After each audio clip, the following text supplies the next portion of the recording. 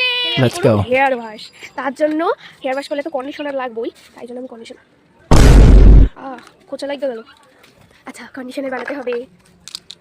এখানে সেট করি, এখানে বসে চুক্তি করে আমি কন্ডিশনারের জন্য অ্যালোভেরা গাছ কাটা আছে বস। মোটকা রেখে কাটবো যাতে আমার সব চুল ধরে যাইতে। এই সাইডটা কেটে নিই। কেটে নিয়ে এসেছি, এবার এটাকে আমি সার্জারি করবো। এটা কেটে নিয়েছি, এবার এই ল্যাল ল্যালে টাইপের জিনিসটাকে আমি এটার মধ্যে কি হচ্ছে এটা এত স্ট্রাগল তো আমি আমার এত বছরের লাইফেও করি নাই, যেটা আমার এইটার সাথে করে হচ্ছে।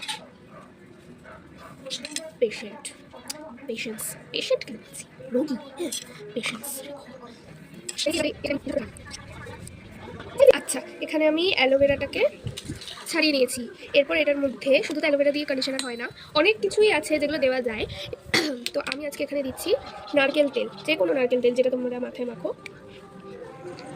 সেটা দিও। এই জায়গায় তোমরা চালের জল দিতে পারো। ও আমি ঠিকই ভেবেছি, নারকেল তেলটা দিলাম। কোনটা দিয়ে?